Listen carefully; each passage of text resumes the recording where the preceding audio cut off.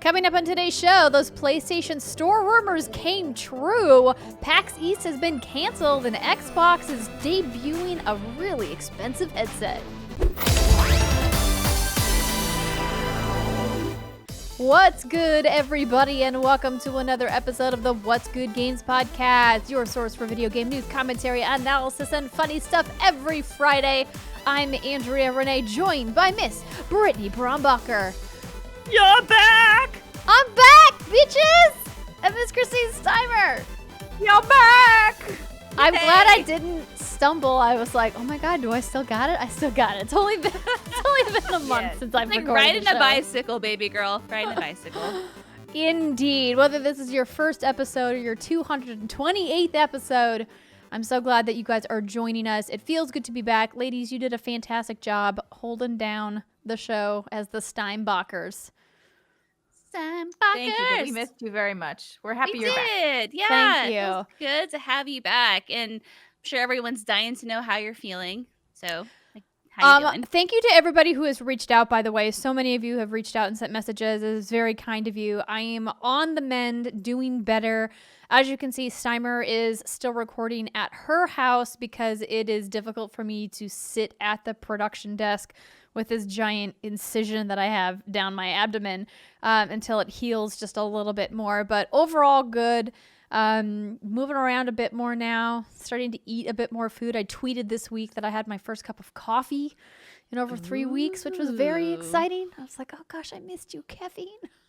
And you had all that lovely beefaroni, Dinty Moore as well. Yes. I've been indulging in very processed foods that I ate a lot as a kid. And it was funny because I got the Chef Boyardee mini raviolis. And I made it in the microwave, and John's like, what is that? And I'm like, wait, did you never have this? And he's like, no. And I like had SpaghettiOs, and he's like, I've never had SpaghettiOs either. I'm like, you've never had SpaghettiOs? Whoa! I technically never had SpaghettiOs. I had other stuff. I was more of the Easy Mac inclination. That's good too. Easy Mac didn't become a thing until I was like in high school, I think. Yeah, it was a bit. That was pretty much all I ate in high school, though. Big same. No, the beefaroni, the SpaghettiOs, the ravioli. I loved that shit. That's so good. I ate so much of that because my mom, being a single mom, because my parents got divorced when I was 1, like needed something that she could give us that we could make for ourselves that was really easy and didn't require us to like boil water on the stove. Burn the house we down. did eventually learn how to do that, and I became very proficient at making myself mac and cheese. But I ate so much of that as a kid, and obviously, like, I know that it's not very healthy, but while bringing my digestion system back online after the surgery, I need things that are already processed, so my intestines don't have to process it. And it's tough because like I miss fruit. I'm like, oh, fruit sounds nice. I have been eating some watermelon though, so that's exciting. Oh, hey. Yeah, I think delicious. we take our bodies for granted. Simple things like eating fruit, you don't realize how complicated of a process that can be for your body. Well, I don't know if I'm going to ever eat broccoli again because that was like the last thing I ate before I got really sick and went into the hospital. And I was just like, I don't know, broccoli. It's going to be a while. It's going to be a while before I revisit. I don't blame you. Blame the broccoli. Anywho, welcome to the show. I'll talk more about everything that went on at a later time, but we definitely want to get to some news that we have. I want to give a big thank you to this month's Patreon producers, Chewy's Godson, Alex Rigopulos, Faris Attieh, Justin Foshee, Marcus Ian Brown, DaNanoBiologist, Mohammed Mohammed, and Punkdefied. And welcome to our Patreon community, Nicholas Perry at patreon.com/whatsgoodgames. You can be part of the show by submitting your questions every week, and you can also get the show ad-free. And speaking of ads, this show is brought to you by Felix Grand Logitech, but we'll talk more about them later. Britt, we've got a new podcast reviewer. We do, and I don't understand it. So this one comes from Epic Gainer 3, and the title of the review is Pogalicious, and then the review itself is, this is very Pogalicious. It's probably Pog. Pogalicious. What? But why? What? Poggers is a Twitch chat thing.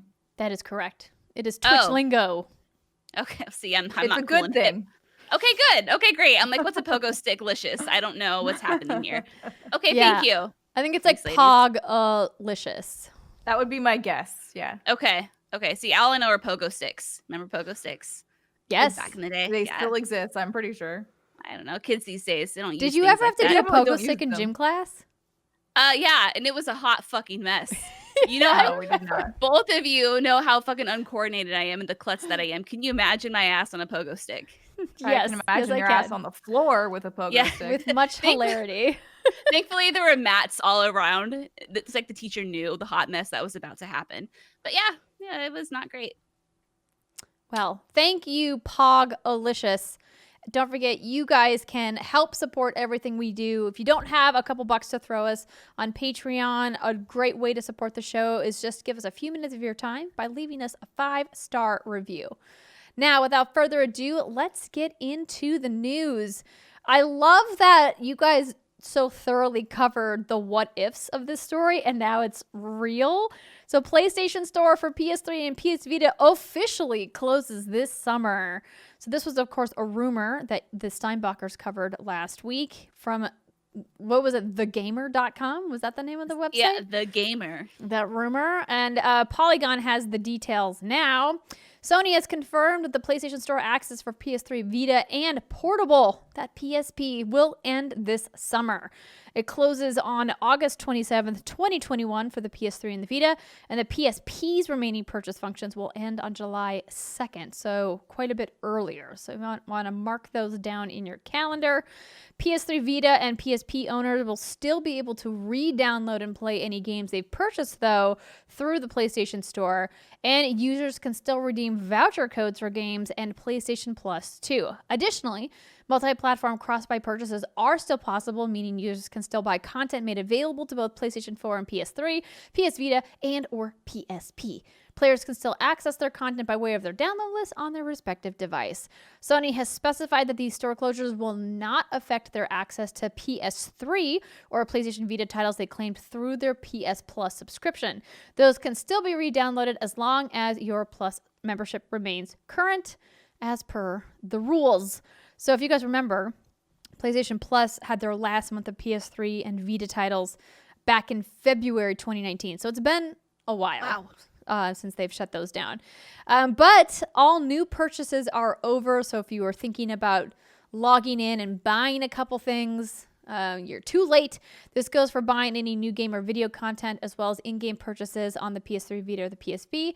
You can also no longer redeem gift cards through these devices. So it will stay in your PSN wallet, but you have to buy things on the PS4 or the PS5. But good news, if you're like, I'm PS3 forever, I will never upgrade to PS4 or PS5. Fuck you, Sony.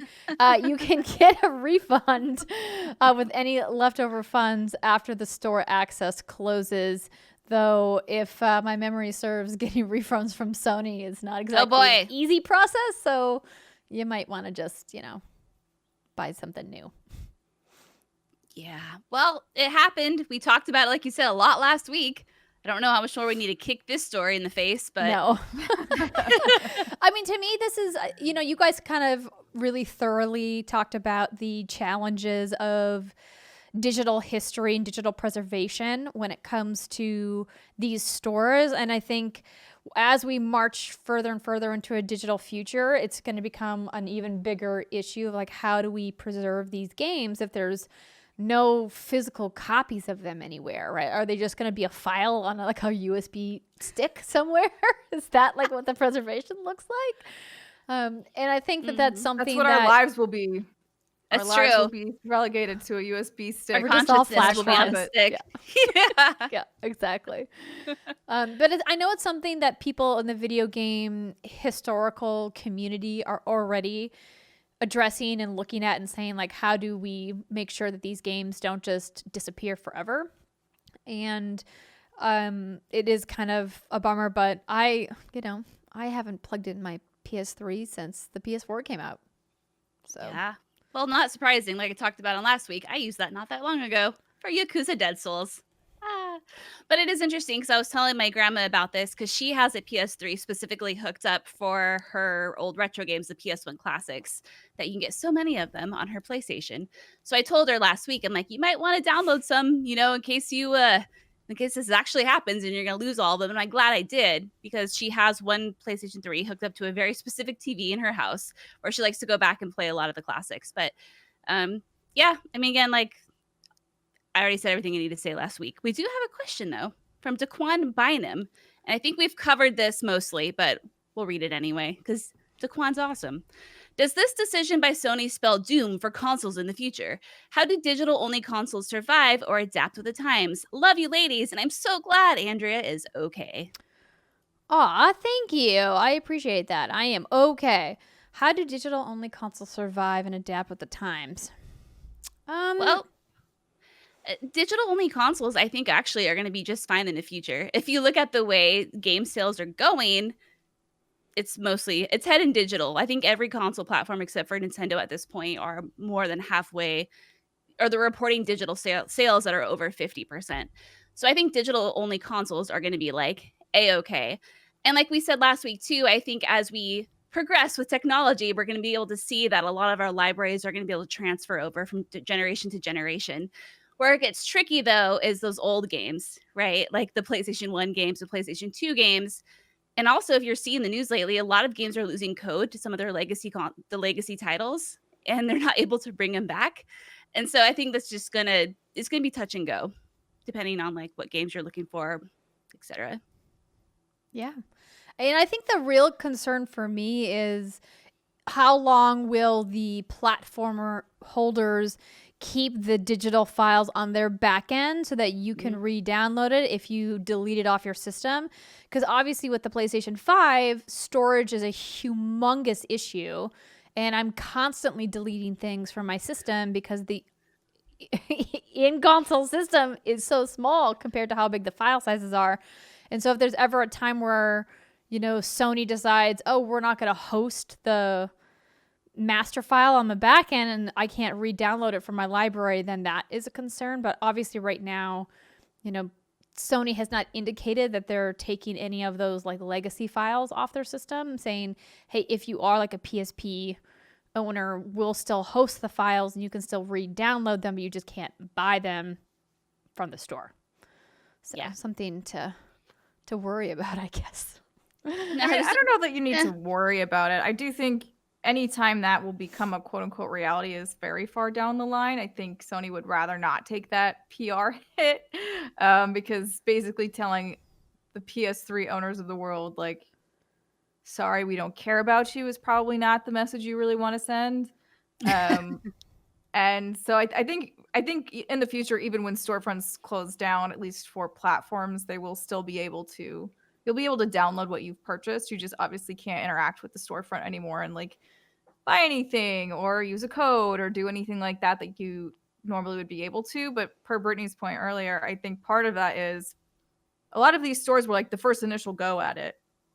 So you kind of do have to like throw that scrap away and rebuild something in the future that hopefully, knock on wood, is more sustainable for the future and can just be built into newer, like the PS6, whenever that comes out. Oh God. Kind of right, terrifying. But whenever that comes out, ideally the new store is built flexibly so you can actually possibly just take it and move it over to the next one. Similar to Xbox did it. So for this nice and past easy generation, so much smoother. Smooth like a, I don't know what do people use for that saying? Smooth like what? Butter. Mm. Usually butter is one of them. Yeah, butter's pretty smooth. I just opened a new container of butter yesterday, actually, and it's very satisfying. It was like, look how smooth and like perfectly like warped it is. How it has little like the ripples in it and shit. Is this like, I can't believe it's not butter? Because that's the only thing Nah. Was it room temperature or was it cold? It was cold. It was just, it's that spreadable shit. I don't know. So it has a lot of oil in it, probably to make it spreadable. Yeah. Oh, it was really sexy though. Now you got me thinking about butter. I got some Kerrygold in the fridge. Ooh, Kerrygold is delicious. It is delicious. Not that you should just eat butter, but Well, it's true. Don't just eat butter, kids. Your advice from What's Good Games. All right, Britt, we've got some sad / not surprising news up next. We sure do, and it's all about PAX East. So this comes from The Venge. PAX East is canceled, but organizers are cautiously optimistic about other in-person events. So, the PAX East 2021 gaming convention, previously scheduled for June 3rd through the 6th, which was, Britt note, going to be a total nightmare, has been canceled. Penny Arcade and event coordination company ReadPop announced. The PAX organizers also announced an online convention called PAX Online 2021 for July 15th to July 18th. Quote, while we hoped PAX East could safely take place, we remained realistic and did not sell any tickets or space to exhibitors to avoid significantly inconveniencing our friends and partners. Kyle Marsden-Kish, the PAX event coordinator at ReadPop, said in a statement. As we have shown via our actions throughout the pandemic, our utmost concern is the safety of the PAX family, from attendees, exhibitors, and show staff to media and content creators, as well as the local communities that host our celebrations of all things gaming.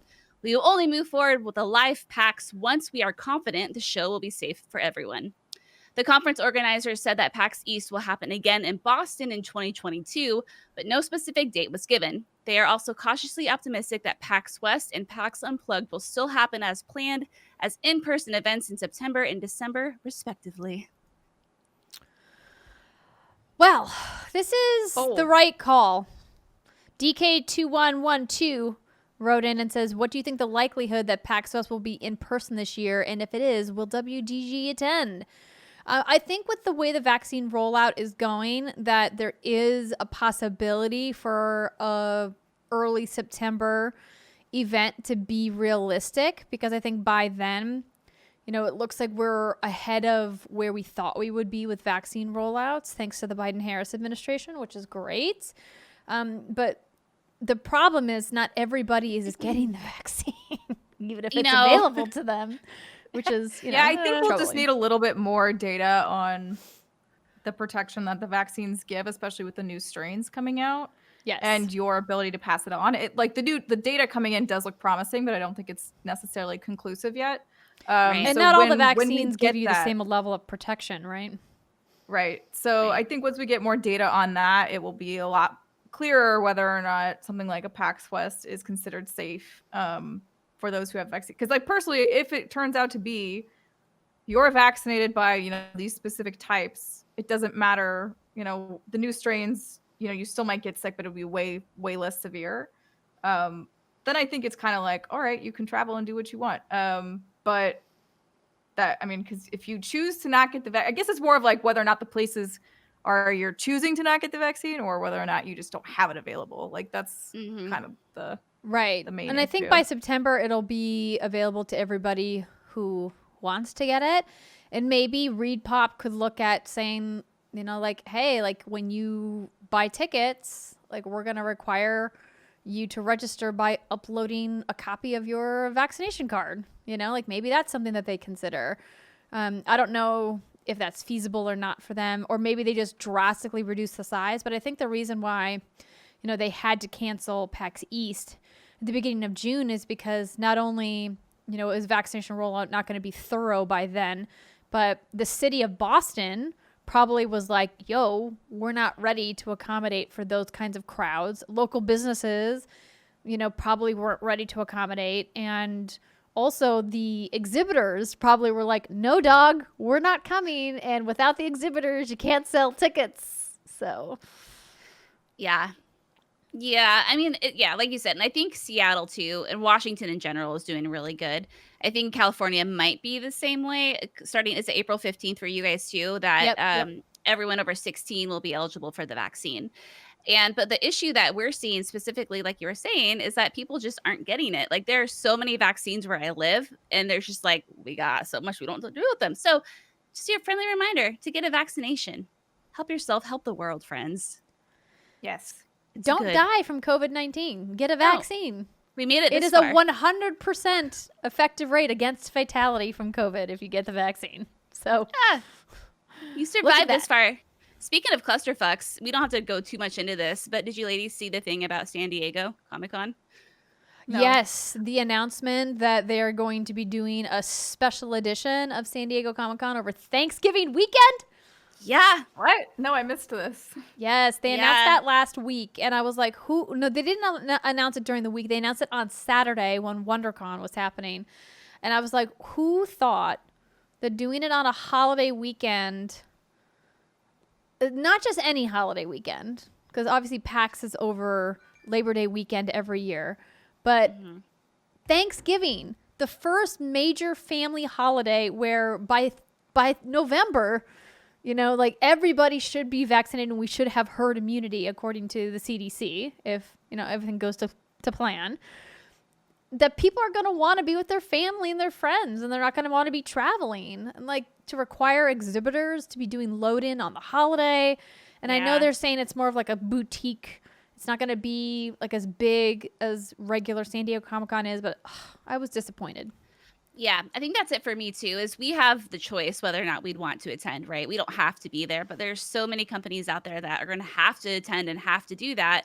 And for a lot of people, this is going to be one of the first opportunities they get to see their family. And it's like, why you do that? And their statement, they were saying, you know, oh, we do need to make some money. You know, we need to generate some more revenue. And I get it. And I bet this was the only weekend that was available. And I understand that too. But instead of just trying to justify it the way they did, I think it would have came across a lot better if they had just said, hey, sorry, this is the best we can do. This is what this is for. But instead, it kind of tackled it from this angle of, but there have been other conventions that go over Thanksgiving weekend, and people seem to like that. So we don't see what the big deal is. I don't know. Anyway. And I'm sure there are plenty of people out there who are like, I don't care. I don't Yeah. do anything for Thanksgiving. And, you know, people in my feed were fine. like, what about all the retail workers? You know, they always have to work Thanksgiving anyway. And I was like, yeah, but when you work in retail, you know that you have to work holidays. Like you sign up for it knowing that like it's part of the gig. Just like when I was bartending, I signed up knowing that I would have to work major holidays because it's just part of the gig. But like Comic-Con has never been over a major holiday. And like the studios aren't going to participate over the holidays. Hollywood shuts down. Like they are donezo for the end of the year, like the week before Thanksgiving. Anywho, I saw the cluster Brit. It was dumb. Yeah. All right, let's continue on with the news. But before we do that, I want to let you know that this episode of What's Good Games is brought to you by Felix Gray. The science is deafening. Most clear blue light lenses filter 2 to 3% of blue light from screens, but Felix Gray filters 15 times more. Finally, blue light glasses designed for the 21st century. So let's talk about blue light and what kinds of blue light you're exposed to on the daily. Major sources include phones, your tablets, computers, TVs, Kindles, and even LED light bulbs are shown to emit more blue light than their incandescent counterparts. Common symptoms from blue light exposure can include headaches, blurry vision, dry, tired eyes, and trouble sleeping. Plus, exposure to blue light at night can impact melatonin secretion, that hormone that regulates sleep that's so important. But did you know that it also messes with our internal balance, which can also affect your sleep, cause stress, headaches, blurry vision, and eye fatigue? Well, Felix Gray glasses filter 15 times more blue light from screens than other clear blue light lenses to help restore your balance. And they're super stylish. I have been rocking these clear Roblings and have been absolutely loving them. They're a pair of glasses designed for the 21st century, as the frames are hand finished from Italian acetate, making them durable, lightweight, super comfortable, and who doesn't want to be fancy in their blue light glasses? Everybody does. You want to be fancy. But if you guys don't love your Felix Gray glasses, good news. In the first 30 days, their in-house customer care team will take care of exchanges and returns. No hassle, no questions asked. If you guys want to help protect your eyes and make sure that you don't suffer from all those terrible symptoms I was just talking about, you can go to felixgrayglasses.com/games to shop their glasses collection that work as hard as you do. That's FELIXGRAY glasses.com/games, where you can get free shipping, free exchanges, and a 30-day money-back guarantee. FelixGrayGlasses.com/games. I'm wearing mine today, too. Look at Look how cool Steiner's you super look. cute Felix Grays. Yeah, mine are touring in horn. Ooh, I like Huh? that. You know, I actually went to the website to order a second pair because I like these glasses so much. And I realized that my prescription is out of date. Since the last time I ordered them. And now I have to go get a new prescription. Boo. Get those peepers looked at, girl. Our next story is all about backwards compatibility. So this is just another added value that Xbox is bringing to their Game Pass members. Steimer, would you like to read this one? Sure. So yeah, basically what Andrea just said. This is from the Xbox Wire. Xbox Game Pass Ultimate members can now tap into a collection of favorites from the past in a whole new way, right on mobile devices, turning them into retro handheld game systems. 16 original Xbox and Xbox 360, best console still, games are now available on Android phones and tablets, with more games coming soon. We've listened to the feedback going all the way back to our earliest cloud gaming preview, and making games from previous generations available on mobile devices has been one of the most requested features by the community. So now you'll be able to play a range of games on mobile, from original Xbox titles like Elder Scrolls 3 Morrowind to Xbox 360 hits Banjo-Kazooie, Fable 2, and Fallout New Vegas. We're also enabling touch controls for Jetpack Refueled, Viva Pinata, and Viva Pinata Trouble in Paradise, allowing you to tend to your garden with ease. With games connected through the Xbox network, you're able to bring past saves with you and play along with gamers around the world. So existing Game Pass Ultimate members can go back in time and start playing today. Ooh, I'm glad you read that story, because if I read it, I would have said Viva Pinata Tip. Yeah. It's trouble in paradise. I know. I almost downloaded Viva Pinata on my Series X while I was looking at games, because I had tweeted asking for people's recommendations. So I downloaded a couple games to check out, and I saw Viva Pinata. I was like, maybe I should play this. Ooh. So I can see what Steimer's love of Viva Pinata is all about. And then I was like, I wonder if they're going to, do like a remaster. Maybe I'll wait.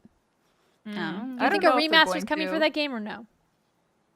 I have no idea. My guess is no, but I would be pleasantly surprised if they did. But I mean, I think that game is just great, like, because it's just super chill. So it'd be a great thing for you to dive into. We have a question from Devin Nitz about Viva Pinata. Curious to know if Steimer plans to check out Viva Pinata, and if touch controls would make any meaningful difference to the game. I don't know how the touch control. I mean, I imagine you're just tapping. Like, I don't know if it's tapping or if you're just using, like, have your fingers on the screen as like glass joystick controls. Yeah, I don't know I don't know what it means. Like, I would need more information in order to say whether or not that will help. I personally don't think the game is hard to play anyway without it, so I would say it's probably just more meaningful in terms of accessibility than anything else. And if I plan on checking it out, the last thing I need in my life is Viva Pinata on my phone, because I will not do anything. I still have to do work and, like, be a productive human being. Thankfully, you don't have to worry about that until they come to iOS devices, because still ain't there yet. I don't have an Android phone, and I do not have a tablet. Yeah, I wonder when they're coming. Kind of a bummer. I know they're working on their workaround. Yeah, Mr. Spencer has said as such, but yeah, no. Yeah, they're probably still negotiating with Apple, would be my guess. Let's just make some money, everybody. Make some money together. Everybody make Apple's money. like, no, we want all of the money. We want all of the money. We want to Scrooge McDuck into all of our money. We want money coming out of our buttholes, you know? That sounds like unpleasant. It does sound incredibly unpleasant, but if you're Scrooge McDucking, Steimer, your mouth's going to be open when you dive into the pile of gold, and inevitably it's just going to kind of go through your system and pop out the other end. If it was like, you know, if the Scrooge McDuck pool is filled with chocolate coins, that might be okay. Ooh, you know, that's a good point, because I was going to say, but then the metallic wrapper would hurt really bad, but also like a gold coin would hurt. It. But if you're diving into, so you're diving into basically a pool of chocolate at that point. If people can untie a cherry, if people can tie a cherry stem into a knot with their tongue, I am hoping you could figure out how to get foil off in your mouth and spit it out before swallowing. So you're saying Scrooge McDuck into a pile of gold chocolate coins, and while they're in your mouth, like, and like undo and like spit out the gold like casing of it, and then digest. Okay, correct. It's like when you eat a cherry too. You eat a cherry, you spit out the seeds. That's a big ask, Steimer. I don't know about that one. Also, this is not a Steinbacher episode. We have Andrea back. We probably should I love it though, because the thing I'm thinking of is just how difficult the foil is to get off those coins sometimes. I know. And like, how are you going to do that with your tongue? You like need your fingernails to like get the like edges of the foil off those coins. You know what it would be like? You know that liquor, Andrea? I know you saw it, Steimer. I don't know if you saw it. The liquor bust that I tweeted about. That thing has teeth coming out of its tongue. You would need to essentially become a bioweapon, and then you could do it. Yeah. There you go. Problem That sounds solved. horrifying. That thing Yeah, was it's pretty horrifying. gross. It's like a huge dick with teeth in it. It's not great. Ew. Yikes. Oh, yeah. Moving on. Good, But really, this is great news. Thanks, Xbox. You're doing a good thing. You're doing a good thing with some backwards compatibility in the cloud. Hooray! If you guys want to find the whole list of games, of course, you can head on over to xbox.com. Our last Xbox story. Not as popular as the one I just read. It's true. Bang & Olufsen, a very well-known luxury audio brand, has made a luxurious gaming headset that's going to cost as much as an Xbox Series X if you could only find one. Sorry, I didn't mean to laugh. Bang & Olufsen has announced the BioPlay Portal, its first wireless gaming headset, along with an interface. So the product maintains the company's signature sophisticated look, and I actually have a little trailer here if you guys want to take a look at this bad boy. It was created with the Xbox ecosystem in mind, with the push of a button pairing with a push of its pairing button, you can connect to the Series X, Xbox One, Series S, or to a PC that has the Xbox wireless adapter plugged into it. Additionally, it can support a concurrent connection with Bluetooth 5.1 for other devices, including consoles, if you supply the Bluetooth adapter. This way, I love those white ones. They are just sexy. They're very You can take pretty. calls without totally detaching from game audio. Now, that is the thing that people were very excited about with the Xbox headset that was announced, that just shipped out, I believe, 2 weeks ago, is the idea that you can't connect to multiple Bluetooth devices at a time, but with this new technology, apparently, you can. Similar to the Bose gaming headset that was released last year, the BioPlay Portal looks like a high-end wireless headphones and in many ways acts like them too, but comes with a high-end price. The cost, $499. Yes, $500. They are available in the black colorway currently at a variety of retail stores or from the Bang & Olufsen website. The two other colors, the gray and navy, are going to be available starting later in April, on April 29th. So the model comes with adaptive active noise cancellation, a gaming audio mode that automatically activates when connected wirelessly to a console or when wired via USB-C to a PC.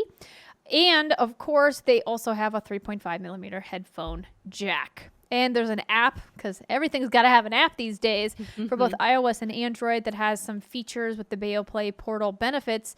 Apparently, the benefits include things like microphone optimization, game chat audio balance, which is something I know people were concerned about, because you got to make sure you can hear your friends when you're playing with them, right?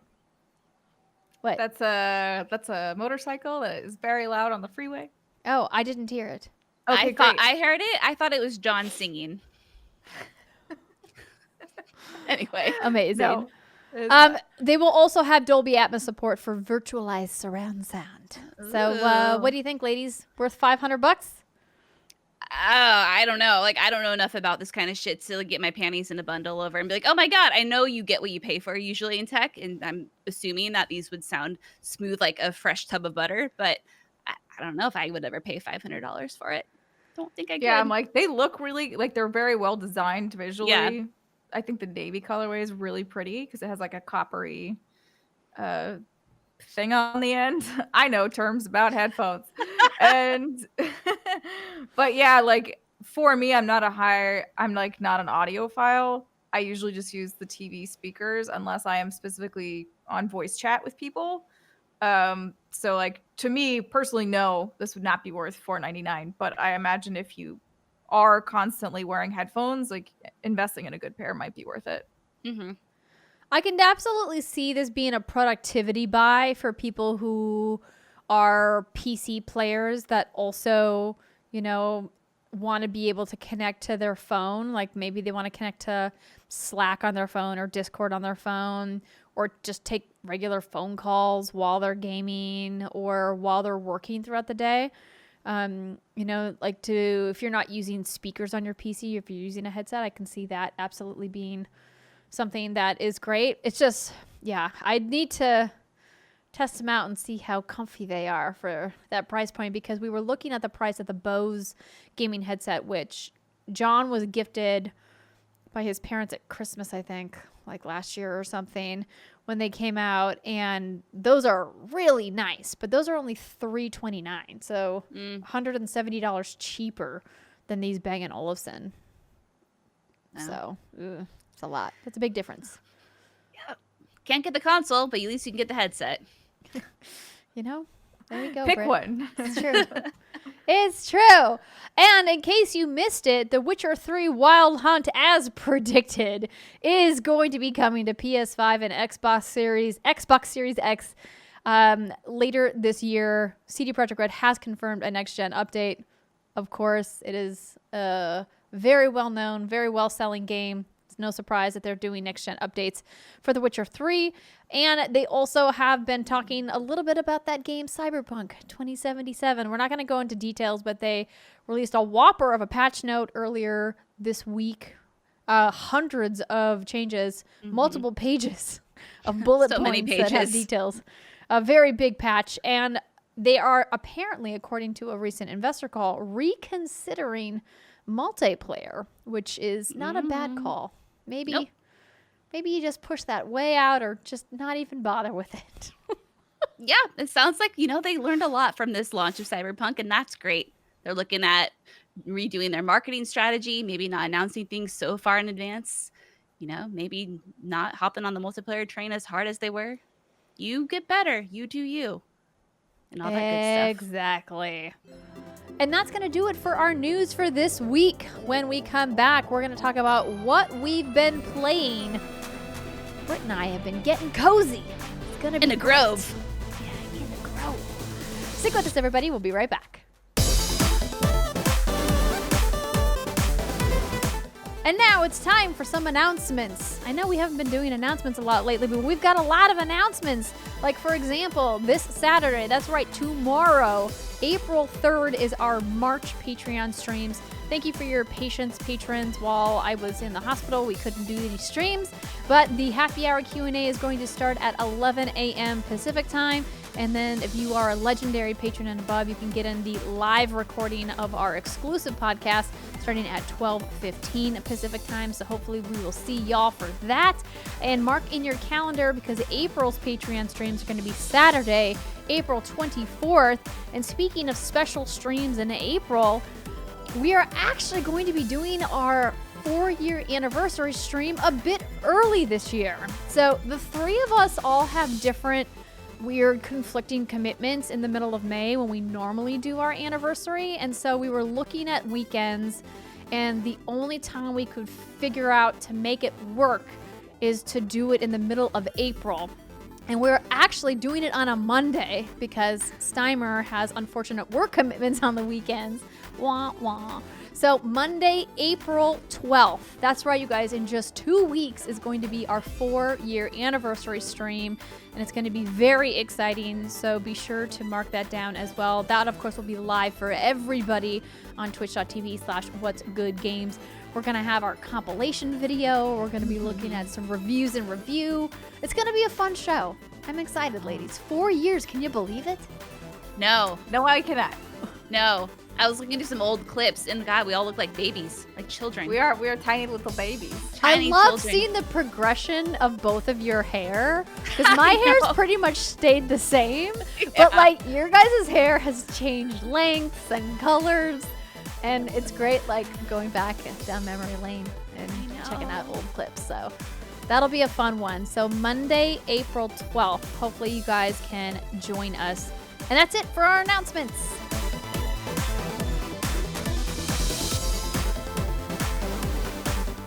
Welcome back, everybody. It is the second segment of the What's Good Games podcast, and this is where we talk about what we've been playing and any events that we have been to. And this week, the second segment is brought to you by Logitech G. The G733 Lightspeed wireless gaming headset is one that we talked to you guys about a lot on this show. So hopefully some of you out there have purchased yours and are enjoying it, because it comes with all kinds of cool tech like 2.4 gigahertz wireless connectivity, front-facing dual zone light sync RGB, Blue voice mic technology, Pro G audio drivers, and multiple colorways to choose from. It has total freedom, because you can go up to 20 meters of wireless range, just enough for me to go to my kitchen and get a snack while I'm in the middle of a Destiny raid. It works out great, you guys. Snacks are important when you're gaming. When you're wireless, you don't have to worry about being plugged into anything. And speaking of raiding, keep those long gaming sessions going with over 29 hours of battery life. You can play wirelessly with your PlayStation 4 and PlayStation 5 with stereo surround sound. And of course, you can personalize your headset lighting with the front-facing dual zone light sync RGB accent lights like Steimer has. Look at those little accent lights. Ooh. You got it in the sleek, sexy black colorway. I love it. Looking great. Each G733 colorway has its own unique headband design with reversible suspension headband that's designed for the ultimate comfort during long play sessions. Plus, those soft dual-layer memory foam conforms to your head and contours around your jaw for a better seal, reducing stretch points and delivering longer-lasting comfort. Did I mention it was available in multiple colorways? Yes, I did. So as you could see, Steimer has the sleek, sexy black color. I have shown you guys my lilac color before with the yellow headband. And there are a couple other colorways to choose from as well, because customization is key. For a limited time, Logitech G is offering our listeners express shipping at logitechg.com. If you use the code What's Good Games free ship 42, you can get express shipping today. There's express shipping for all Logitech G products like the Pro wireless mouse or the G915 wireless keyboard and all of the other amazing products that they have over there. All you got to do is type in that promo code What's Good Games free ship 42, but you got to hurry because that code expires in just 3 days. Logitechg.com. Use code What's Good Games free ship 42. So, ladies, we've been playing some video games. Mm-hmm. I've not been playing as many games as I thought I would play in my recovery. I have a long list of games. Thank you to everybody who recommended games for me. But a lot of the time I've just been not had the mental bandwidth to do anything but just kind of lay like a potato on the couch. Yeah, man, you went through some yeah, intense shit. Yeah, it's not like you went in for a little cosmetic procedure or anything like that. It's true. It's true. I wasn't planning to go in at all, actually. Yeah. Oh, it just happened. Anywho, one of the things that didn't just happen, though, was my time with Cozy Grove. So this is a game that I learned about from one Joey Noel from Kind of Funny. She tweeted about it, and I was like, whoa, what is this game? And why haven't I seen it or heard about it? And so I reached out to the PR team at Pop Agenda and was like, can you tell me more about this game and can I try it out? So they sent me a code for Nintendo Switch. Brittany, you are also playing Cozy Grove. What platform are you on? I am playing on Switch as well. Excellent. I technically have a code for the game, but I just haven't gotten around to it yet. Okay, because You this is should. definitely a Steimer game. I It think is. you're really going to like it.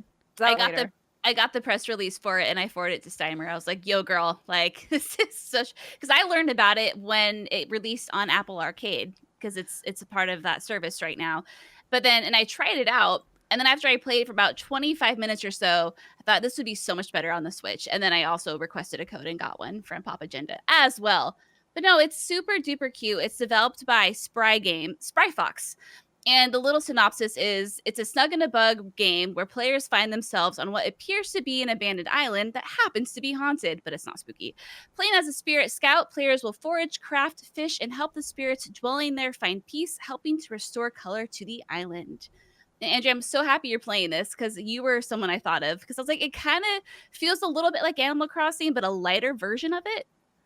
Is that, Yes, absolutely. This feels like Animal Crossing cross Spiritfarer. Yeah. It's so good. So fun. So chill. Yeah, it's much more approachable. There's less to do, which is great. And the game itself like tells you, hey, you're kind of all done for today. Come back tomorrow. Like the Flamey, your little campfire spirit that lives in the campfire, you feed him a specific amount of spirit logs per day. You get these spirit logs from different quests around the island from the island residents. And then, oh, excuse me, I missed my adjusting. Anywho, you get these quests, but there's only a limited amount you could do per day. And then the game's like, okay, cool. You did your chores for today. Come back tomorrow. And at first, I was a little bit torn about how I felt about that, because part of me, when I first started playing Animal Crossing, really wanted to play a lot, and the game really slowed you down. And I talked before on the show about how I really appreciated that Tim Schafer really kind of dropped some wisdom on me back when I first started playing Animal Crossing about how it's a commentary on life, that you can't just get everything you want when you want it. You have to wait for things, and you have to earn things, and things take time, and it's okay to slow down. And I was like, this is too deep for me, Tim. Like, it's too deep I for just me. want to plant some trees and harvest some fruit. I just want to build every bridge on my island now. No, I'm totally on the struggle bus with that as well, because I'm kind of on a sim kick right now. They're just super relaxing games, and I love playing them. So we've been talking about Story of Seasons a ton. I put 80 hours into that game, and I just bulldozed through it, and now I'm like through with it. I'm like, okay, that lasted me about a month. Now I'm done. Now what? I need more. And I was reading this quote from Spryfox CEO's David Eatery or Edry. Sorry, sir, don't know how to say your name. But yeah, basically he's saying we want Cozy Grove to be this delightful little ritual that you look forward to every day. You only need to maybe play for 30 minutes a day. You don't need to play for 8 hours a day. Something that we want this to be something that you can span over months or maybe even years. That you can just hop into, do a few quests, and then be done with it. But it's so relaxing that I want more to do. So there'll be days where maybe there will be 3 or 4 spirit logs that I need to find. And, by finding hidden items, or maybe catching a certain amount of fish, or turning some stuff in. But then there's other times where there's maybe only 2. And then I'm like, well, now what? Then I just go fish, and I relax, and I unwind with it. And it's really scratching a really good itch right now. Animal Crossing was just a little too much for me, but this feels like a much more condensed version that I'm really able to get into and look forward to literally every day. It's part of my ritual. I wake up and I play it, and I get my shit done. Yeah, it's a really nice morning thing where I open it up. So these are just our first impressions, by the way, because I've only been playing for 3 days. Okay. And like a weekend. Yeah, the PR team was like, we want you to put a solid 2 weeks of daily time in before you give your final impressions of the game. And so still have a little bit of a ways to go before I, am able to figure out what the kind of long-term play is for this. But so far it's nice. There's still some things that aren't explained to me that I'm confused about, that I'm just holding out hope. And I think it's probably all going to become clear because each day you learn a little bit more. I do like how there's a crafting system that seems to be pretty deep, quite a few different materials that you can gather. And I love how you get rewarded by putting things in your collection, because in Animal Crossing, when you bring stuff to Blathers for the museum, he just takes it and goes, thank you. And you get nothing for it. But here, when you bring it over to the little bear seagull guy, the captain, all of the quest givers are different types of bears, by the way, which is weird, but because they're all like boxy shaped, but they're like bear hybrids. Yeah. But when you give him things for your collection, you get rewards for it. You either get, these gems that you can use to buy things, or coins, or you get recipes for the crafting bench. And I was like, oh, so now I feel like I'm incentivized to donate to my collection because I actually get something in return, and I like that. Yeah, I'm with you. It's fun to turn some stuff in, and he looks so happy when you turn stuff into him. He's just like this happy little Captain Bear. I found a bear that's made of wood the other day, and that one kind of freaked me out a little bit. But anyway, I'm not entirely sure what's up with that. It is fun though. They do encourage you to kind of decorate your space and like your tent area with different things, and certain plants or certain animals get happy when it's around certain kinds of decor. So maybe it's antique stuff or gothic stuff. it's a little cumbersome right now to place stuff around. Yes. It's really bad. You have to essentially have the item in your hand, walk to a spot where you think you want it, and then your option is just to place it there. You can't like move it around to see like on a grid to see where you want it.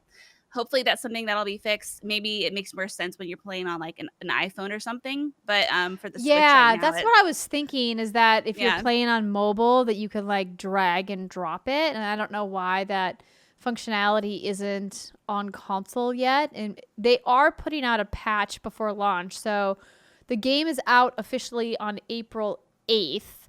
And so we are playing in a pre-launch environment, and they have said specifically for Switch that there's a big patch coming with some fixes. But it makes sense now why Animal Crossing is on such a strict grid system, because it makes it so that you know exactly where everything is going to be placed. Whereas here, a lot of times when I'm decorating with things, I have to pick it up, drop it, pick it up, drop it, pick it up, drop it a couple of times before I can figure out exactly how I want to place it, because it's a little awkward, as you mentioned. Yeah. And this game has a 40-hour campaign, which I did not realize until just now. I was looking at info on it, and that'll last you a very long time, especially if you're only playing, 30 minutes or so a day, which is all you really need to get all your tasks done. But no, it's really cute. I'm excited to talk more about it next week because we'll have more time with it. But so far, it's nice and relaxing. It's cute. Yeah. And it's coming to Switch, PS4, Xbox One, and PC on April 8th. So thanks to the team at Spry Fox for sending some codes over. Steimer, have we inspired you to start your expedition into Cozy Grove? I was always going to. Actually, I saw Ashley Jenkins tweet about this game, and I was like, what is this? And so I went and I looked at it, and I thought, yes, I will be playing this game for sure. So that's not my issue. My issue was more that I started playing something else. Ooh, segue. Go on.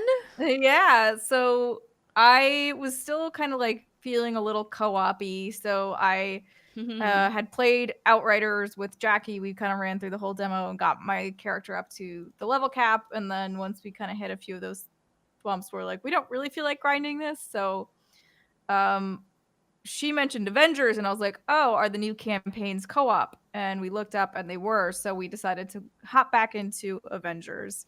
Now, the funny part about this is, the thing we take for granted is Xbox Smart Delivery, because it's so much better than the PlayStation Dumb Delivery, which is basically I had to download PlayStation 4 version of Avengers, then download the PlayStation 5 version of Avengers, make sure my PlayStation 4 version had the cloud save onto it, sync it. There's like a sync option or whatever on PlayStation 4. Then once the PS5 version was on, click into that. Theoretically, this was also broken. Like, it told me that I also had to hit a sync button. There was no sync button, but all of the stuff synced anyway. So all of my stuff was there. It just didn't. The step wasn't there for. It was weird. I was like, all right, well, it worked clearly, so I guess it's fine. But I've heard it was a clusterfuck. I remember reading about that. Yeah. Yeah, that process was really not great. But we did get to hop into the game. I still play Black Widow because that's the character that I'm the farthest on at this point. She's now level 50, and has like 130-ish power level. But I mean, like, the campaigns were relatively fine. I think it definitely reiterated to me the issues with this game, which are just the repetition. So like the actual character moments are strong still, especially with the new characters, Kate Bishop and then Clint. I forget Clint's last name, don't kill me. But the Hawkeyes, and Clint's campaign is super short by comparison. So Kate's is actually like a few hours that Jackie and I ran through it. But it's just always like it's the same thing of it's still like aim, you're still fighting. Like a lot of the environments are the same places that you will have seen. There are a couple of new ones, and those are the most exciting bits. But in general, I was just like, this game very much needs new content, and it needs it now. Like, it needs new enemies, because I just feel like we've done this before. Also, sorry, is that the Hulk with an old Hulk? Who is that? Yes. Yeah, That was the Hulk. Okay. It's basically his name is Maestro. It's like when Bruce dies, I guess, or whatever. I don't know if Hulk. I'm not super up to date on the comics, so I don't know particularly. But basically, it's Hulk when Bruce Banner is no longer a part of the mix. Yes. It's a little weird. His campaign was very short, and also the very beginning of his campaign for Clint specifically, you cannot play co-op. So there's like one mission you have to do solo, which makes sense. Like narratively, it does make sense why you're in there solo. So I'm not knocking that at all. It's just an FYI if you were gonna play this and wanted to play with friends, like you have to get that intro mission done, and then you can play the rest of the campaign with a co-op buddy. But the game kept trying to force me to be Clint. It kept like I accidentally went into one of the things as Clint because it auto changed it at the last second. And I was like, you son of a bitch, I'm playing Black Widow. How dare you? And it was like, don't you want to be Clint? He's the new one. I'm like, look, I know he's the new one and I know he's the person that this is all about, but I want to play Black Widow. And he can just be on the AI squad with me. Why do you keep forcing me to play Clint? I don't want to play Clint.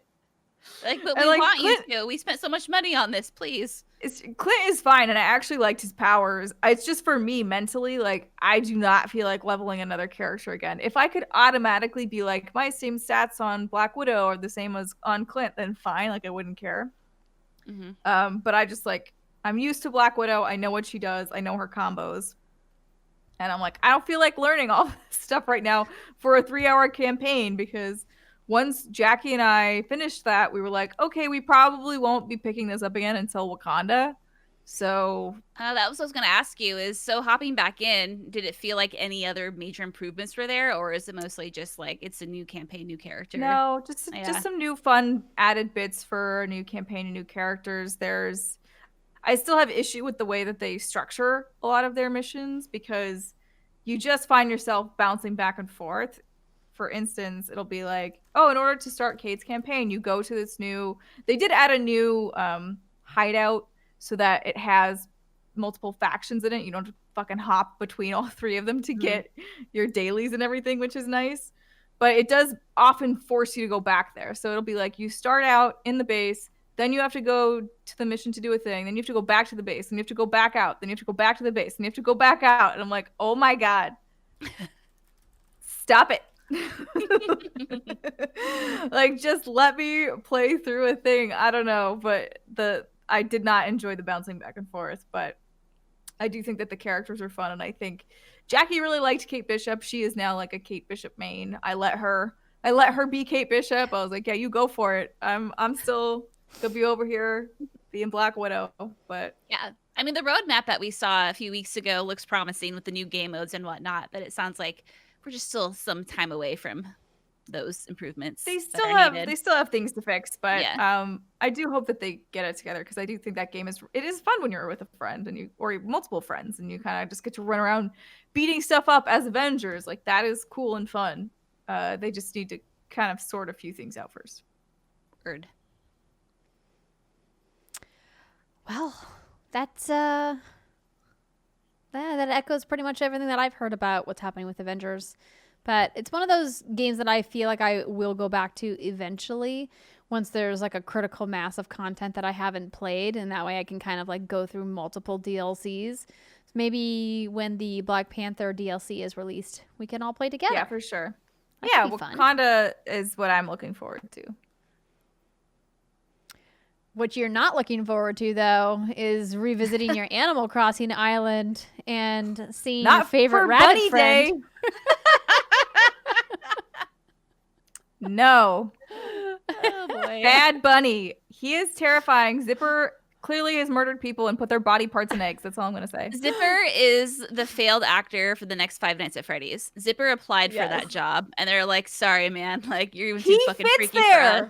I know. But he was even too bad for 5 nights.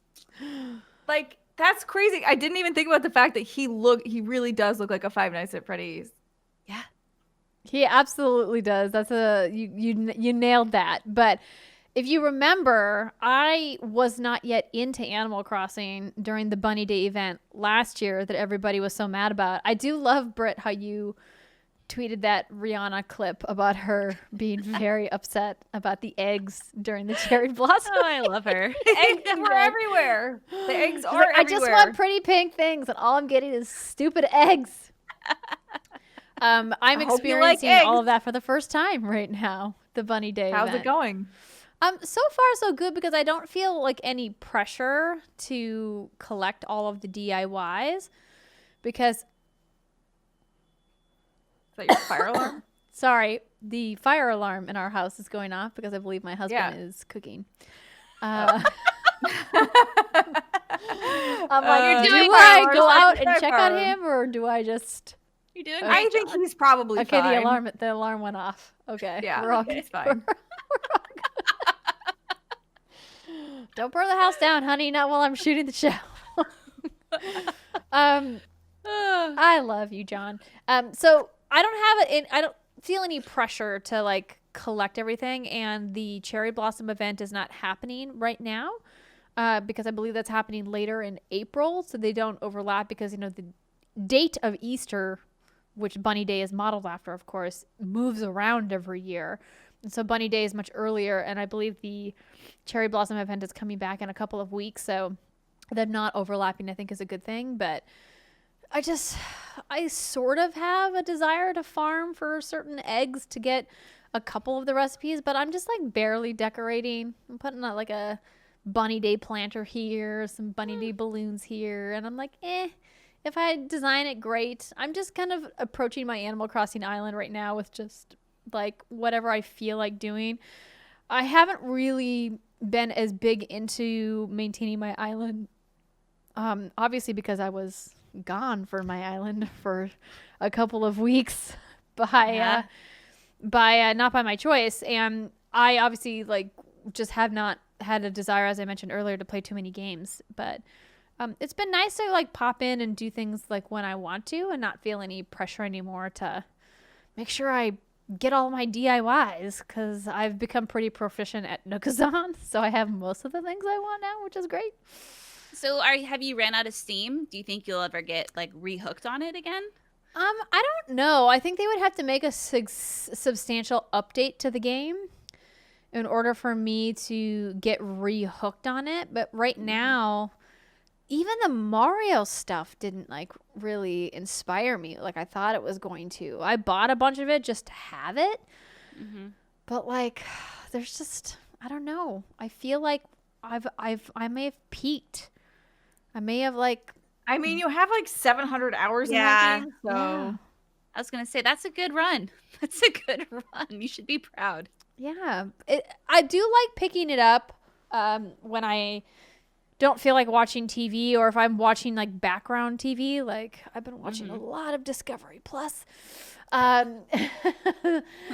It's easy for me to just like play my Switch on the couch while I'm also watching TV, and Animal Crossing is one of those things that I can easily do without like the sound on. And so like I'll probably keep going back and forth, but I'm not nearly as into it as I once was. But boy, am I excited that they finally gave us the opportunity to expand our custom slots. That was a fun upgrade to buy. So you can buy an upgrade for your Island Designer app with Nook Miles, and you can get 50 additional custom slots. Ooh.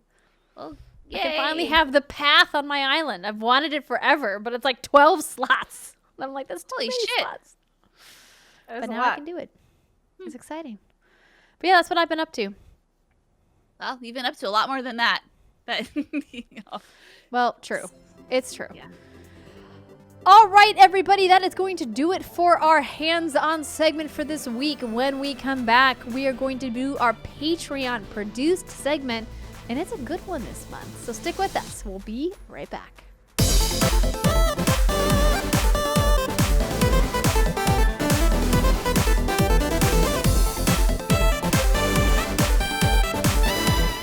welcome back, ladies and gentlemen, to the third segment of the What's Good Games podcast. And this week, it is our Patreon-produced segment where we take suggestions from our Patreon community, and y'all vote on those suggestions, and then we talk about it. And this month's winning topic comes from Caitlin, and the topic is, when it comes to women's representation in video games, how have things improved and what still needs work? So we're going to talk about that. But first, we're going to go through our list of elite patrons and above we love and appreciate so much. It is time for your podcast shout out where we will butcher your name. Yes. I love All right, this part who of wants the to month. start? I'll start. All right, Nicholas girl. Perry. Casual Casual blasphemy. blasphemy. Oh no, jinx. We fucked that up. Okay, Andrea, Steimer, Britt. That's what we'll Okay. do. Sounds good. All right, casual blasphemy. You get your name read twice or 3 times. Bernicia Cunningham. Christina Acevedo. Nick 24. Kate Ryder. Stephen M. Schneider. Omega Buster. Jason Luck. Dustin Toby. DK2112. Program Alice. The Male Escort. The Supreme Commander of the Cyber Chihuahua Ninja Army. Sean Smith. Daniel Hull. Bing Zoom Pow. Alexandra David. Flying Cosmo. Eric Z. Ermigerd Arenda. Carla Callahan. Nathan Watkins. Chewy Godson. Michaela Sage. Mick, aka DaNanoBiologist. Alex Kona. Al Treisman. Retro Sloth. Tara Bruto. Brittany Heath. Trent Berry. Sean I. Justin Foss. Brian R. Johnson. Justin Foshee. Jasmine Says. Patrick Leandry. Punkdefied. Rob Leonard. Jose Perez. Melanthius Owens. Professor Woke. Brian Harper. Patrick Higgards. Kenneth Stibble. Zach Hershey. Shanti Bennington. Emily Kent. Roland Dubala. I'm Donovan. E. Benjamin. Check this. Faris Attieh. Gary Oxborough. Jessica Blum. Patrick Weller. Sultan 85. Matthew Goder. Noel Navarez. Tyler McCall. Devin Nitz. Adriana Rock Williams. Shad Jackson Burgess. Mohammed Mohammed. Chris Wilson. Renee Burns. Samantha Yvonne. Josel Bassa. Angela Susan. Gary Peck. Dale Sun. Nambui. Robert F. Freimering. Marcus Ian Brown. Pete Shoemaker. Carl Peterson. Joe Kennison. Bill Stillwell. My mama, Teresa Enert. Jason Demers. Alex Rigopulos. Andrew Cotton. Kia B. David Icolucci. Joe Schleif. Christian Rodriguez. Tickle Me Elmo Shell. Elizabeth Brooke. Gio Corsi. Malay Bittner. Jared Howard. Ozzy Mieja. Nicole Humphrey. Stephanie Fitzwilliams. John Drake. And Montreva Stocky. Thanks, friends. We love you and appreciate you so much. And I have to say, Yeah. Britt, you did a banger of a job getting that cool Pokemon design for March's Divine membership reward. If you guys missed it, you can catch it on the What's Good Games Twitter account, what'sgood_games. It is the 3 of us each with our own little Pokemon. And of course, I had to go with Magikarp. Oh my god, I'm so happy you got the Magikarp. It's just so perfect. He looks like a really angry Magikarp, too. He's a fierce foe, Andrea, okay? Fearsome foe is that Magikarp. Don't fucking piss him off. I'll turn into a Gyarados. I like it. I have to get him to evolve at some point. Gotta You grow just gotta from beat his him up a floppy little bit. beginnings. I do love this topic though that Caitlin picked. It's a great way to end Women's History Month since we didn't really have a special panel or stream or anything highlighting Women's History Month. I was happy to see a lot of other people did some really cool things. Obviously, being a women-run business, Women's History Month is very important to us here at What's Good Games. And so thank you, Caitlin, for your topic when it comes to women's representation in video games, how things improved and what still needs work. Because let's be honest, definitely still needs work. Super Seducer 3 is still a game that exists. Wasn't the 4th one just banned from Steam? And the third one, yeah, just Oh, got it's the banned 3rd from one. Steam. Oh, Yeah. okay. Yeah, like, what the fuck? Like, you see examples of that, and you're like, okay, like, yeah, that's really gross and nasty. But then you see other representation of women in games. You know, you think of, like, The Last of Us Part 2. You think about, even in Outriders, the female, well, I don't know, does she have a canon name? No, she's I don't know. just an outrider. just Outrider, like, just like stuff like that. I'm like, okay, cool. But then, yeah, you have that nasty shit. And then you have this Ubisoft film and television announcement script deal. Did you guys see this too? Where I did. They're making a movie based off of a female developer who's having problems with her love life. I'm like, if all like angles to tackle, that's the one you tackle. I mean, it could still be really fun and interesting. It just seems kind of like cliche. Yeah. So anyway, it's a pitch working with replay. So here it is. Today, Ubisoft Film and Television announced that Annabelle Seymour has secured a script deal for a feature film. As a participant in the 2020 Women's Film and Television Fellowship, Seymour developed a pitch while working with title Replay, wherein a video game reviewer, who is unlucky in love, is given the power to play her dating life like a video game. Like, again, I think this could be fun. It could be interesting. There's some potential there, but I'm like, is that really the whatever? It's like so IRL dating sim. Maybe. I don't know. It could be pulled off. We'll see. It's just one of those things you read and you're like, Yeah. I've heard of some other gaming projects that are in the works for film and TV that center on like girl gamers, and then it's like you gotta tread very carefully, because I think people who identify as women have already been through enough throughout their lives being gamers and enjoying nerd and geek and gaming hobbies overall, that I think a lot of us just go, hey, I just want to love the things I love and not have it have to be tied to the gender that I am. Can I just enjoy playing whatever game I want and somebody doesn't have to make a comment about my gender? That would be aces. I know that that's a common recurring theme for women I know in the space who get approached to do panels or to speak publicly about being a woman in gaming. And it's something we've talked about on the show before, and we've talked about at panels that we've done at PAX or in other places. I know Brittany and I spoke extensively about gender role when we did our DICE roundtable last year, talking about, like what it means to diversify in the space. And I have personally spoke about the importance of representation, but the dangers of kind of towing that line of tokenism and saying like, well, we need a seat at the table, but I don't want a seat at the table just because I'm a token. And how I personally struggle with the idea that I will take the token spot if it means that representation is there.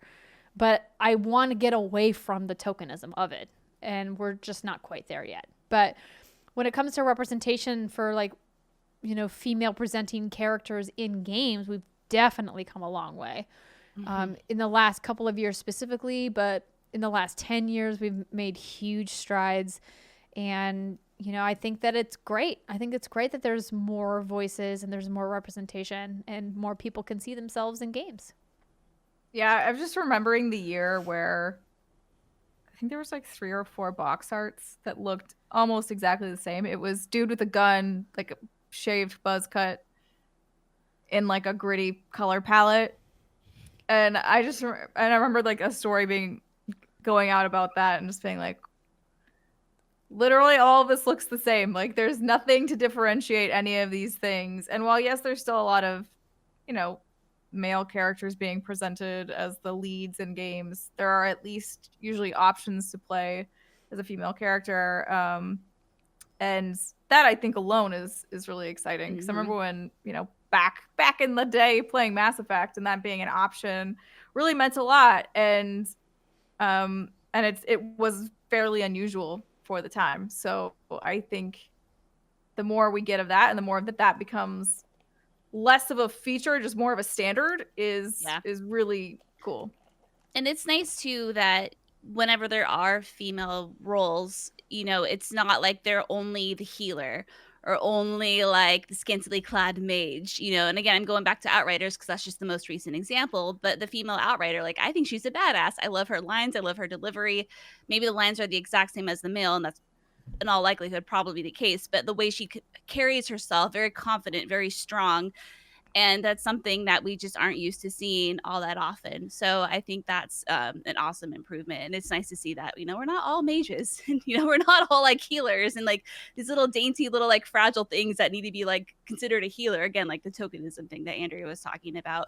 But yeah, like, we still see falters from time to time. Again, like I'm not trying to rank on Ubisoft, but remember the For Honor thing that was just a few years back, for example. Yeah, like the animation of like grabbing onto the woman's breasts. Like, come on, like that's, but we talked about that extensively. But yeah, like I think, it's definitely come a long way. Even looking like remakes and remasters, like Resident Evil 3, the remake that just came out, they did a lot to make Jill a much more like confident, strong woman. Whereas in the original, while she was still pretty badass, she wasn't as assertive and she didn't have that air of confidence about her that she did in the new one. And I'm really happy that they remade her in that way as well. So yeah. I'm trying to think of other examples of female leads that have just came out recently besides Tilu too. Tomb Raider's semi-recent. I mean, obviously we go back to Aloy a lot in Horizon with Forbidden West, coming up hopefully later this year. We're seeing a lot more representation in the indie space, which is great. So we're getting, more women of color. We're getting more LGBTQ plus, representation as well, because I think that, indie developers obviously are able to have more flexibility and they don't have to be beholden to some antiquated people around a boardroom, who only think of video games in one particular way and don't realize that people who enjoy video games come from all different walks of life and are all different in colors, genders, shapes, and sizes. And I think that we're going to continue to see that proliferate into AAA more and more as leadership becomes more diverse. And that's something we've talked a lot about on the show, about how it really begins internally with getting those voices at the pre-production level of these games. So they're not looking at how do we include diversity and get more women in our game after the game's already almost done, right? It goes back to that terrible Ubisoft quote of women are too hard to animate, right? Oh, yeah. Always Ubisoft. Oh, it is. I know. They've definitely had some missteps, but I feel like they've learned from their mistakes and are one of the publishers that are doing a great job of really trying to course correct and say, hey, we have it within our means to do better and to be better, and we are going to be better, and we have seen meaningful change from them, and I'm very glad for that. I think Eivor in Assassin's Creed Valhalla is a great example how you can play Eivor gendered, or you can let the animus decide if you don't want to pick a gender for Eivor. And I thought that was a really strong choice. I love playing as female Eivor, and not having that ability to play as a female assassin previously in this huge AAA franchise that has sold millions and millions of copies over decades was, something that I was lacking as a player. And I really enjoyed my experience. What was that, Steimer? I said Cassandra was before her. Yes, in Origins. And I really liked Cassandra, but I don't know, there was just something about Eivor that I appreciated more as a character. I don't know why. I felt like Cassandra was just a bit caricature-ish. Like, she didn't feel like a real character. She just felt like, and obviously she was like godlike, right? So that had something to do with it, probably. I think Eivor just felt a little grittier and a little bit more grounded in reality. But like these other characters, I know, Britt, you've been mentioning Outriders. I think the Gears of War franchise has done a great job with their female characters as well. And it's something that I always go back to and go, I never feel like I'm a frail woman when I'm playing one of the females in Gears of War. They feel just as strong, just as powerful as all of the male characters do. And I love that, Xbox, and the Coalition have done that with their characters.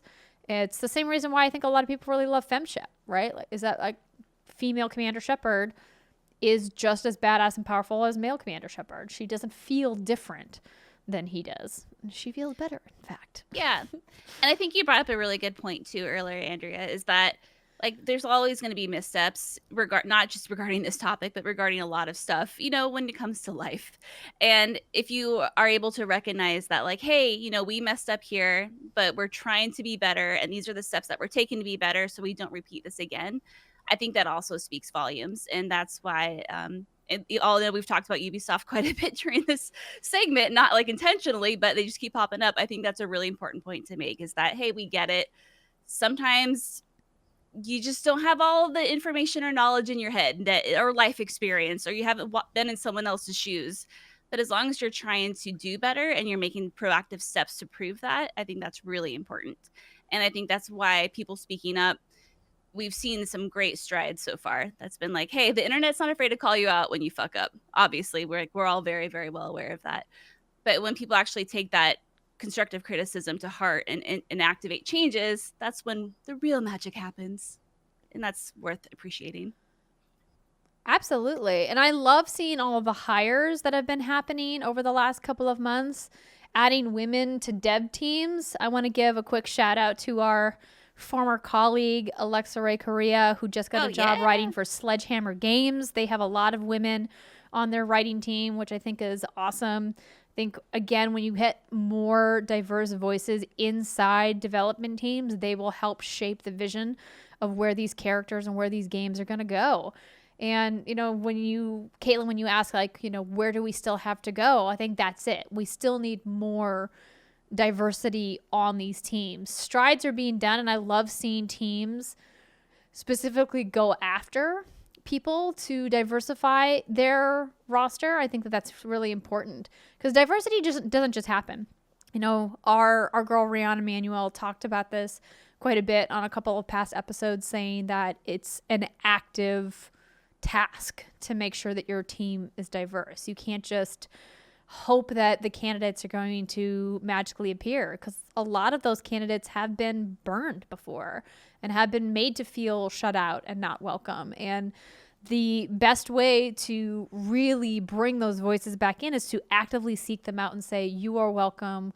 Your voice is needed. Please come and help shape the vision for what our game, what our studio, what our team can become. And we're seeing more and more studios do that. And I think that that is awesome. Word. Yeah, one thing that I think you were talking about this a little bit ago, so I apologize for necro bumping a little bit, but it's a bit of a counterpoint. So I really enjoy, obviously, when there are indicators of like FemShep where they're kind of on a similar playing field as the male characters, but I also really enjoyed seeing different representations of femininity in a game and what that can mean. And I think a really great example of that is actually the Final Fantasy VII Remake. So Tifa, you know, feels much different from Aerith, and I think that they are both still very valid and very fun ways of playing the game. But Aerith is much lighter, right? She is a little bit more what you would think of in a traditional like woman role, versus Tifa, who is a little bit sturdier and obviously packs a punch, as she should. Literally. Yeah. But like, I really enjoyed that they felt like they could take that freedom and that liberty and like mess around with what it means and how their powers from, you know, the olden days would translate into something that is a little more action oriented. Yeah, and that's not something you traditionally see from Japanese teams in particular, because Japanese games have a very specific view on female characters sometimes, and it's not always a great one. Yeah, no, that's a good point, Simer, and I think it kind of comes down to like we females, men, women, we can do anything. Like it doesn't have to fit into this gendered role. And the example I think about is in It Takes Two, for example. You know, you have these two parents, and you're just not used to seeing this portrayed in media, where the wife, May, is the engineer, and the husband, Cody, is the one who stays at home with his daughter. And there's a point in the game where you suddenly have, in one of the many fun levels of this game, where you are suddenly in an isometric dungeon crawler, and it gives you roles that you like, you know, typical dungeon crawler roles. And so May becomes the hard-hitting melee and Cody becomes the mage. And to me, for some reason, like, I was just so surprised by that, because you'd almost expect a game to give like the melee to the male character and give the female character the mage role, and they didn't. And I was like, that's really cool, because that's always the roles Jason and I play when we play dungeon crawlers. I'm always the mage, he's always like the little fragile. I'm always the melee, and he's always a little fragile mage. And it's just little things like that that I don't think would catch the eye of most people playing a game. But when you're so used to seeing the representation that you have been seeing, those little differences really make a huge impact. I thought that was awesome. They did a really good job of that game. If I haven't stressed it enough, you should play it, everybody. John and I have talked about playing it. We haven't played a co-op game together in a long time because our gaming styles don't always mesh. Yeah, I can't imagine you two playing a game together. But I'll play with you. Yay! Well, speaking of like edits or adjustments, it made me think of this story, which some people were on the internet were of course mad about, but whatever. I thought it was really interesting that BioWare decided to tweak some of the cinematic shots around Miranda in the upcoming Mass Effect Legendary series. So obviously when the game first came out, there were a lot of very gratuitous butt shots, like the camera just being there was centered. A lot of butt shots. I mean, and to be fair, it's a very lovely butt. It's a very nice butt. And I'm not here to butt shame anybody. You know, like if you want to show your butt, show your butt. But I do think it was nice of them to consider that, hey, we are maybe overly objectifying this character, and maybe we should rein it in a little bit. And like, yes, she's still curvy and she's still sexy and she still retains all of those elements. So like none of that has changed, but we're just gonna try and like respect her a little bit more and make sure she has a bit more agency in some of these scenes versus just being like, and here's your ass and not your face. Mm-hmm. Like, and people got mad. They were like, bring back the butt. And I was like, listen, I mean, I don't know if people realize that porn exists, but it does. Yes. And there's plenty of it, and there's plenty of OnlyFans, and there's plenty of like sexy girls on the internet showing you their butt. So like, I don't understand why you would be mad about a not real butt when you could be mad about a real butt. Go be mad about a real butt that you can't touch, because like you couldn't touch this even if it were real, because it's a bunch of fucking pixels. It's true. And good news, Mass Effect 2, the original game exists uncut with Miranda butt for your pleasure. So true. YouTube probably has a bunch of those cutscenes for you. There's undoubtedly a super cut of just Miranda butt shots. Lots of mods of all the characters naked doing things. So like, hey, you do you. Yeah, like if you want to find that stuff on the internet, you go for it. We're not taking anything away from you. No. But just understand the significance of that change. That's all we're asking. Yeah, and it's really just more of them realizing and taking a step back and be like, oh, I don't think we really intended to do this here, but we did. Somebody intended it, but then they were yes, but not in a way. Like, it's one of those things the where best idea, guys. where you don't necessarily think about it, right? You're like, ooh, she's sexy. We definitely want to do this, but you're not thinking about the repercussions of what you're doing. You're just kind of going on autopilot a little bit. Yeah, true.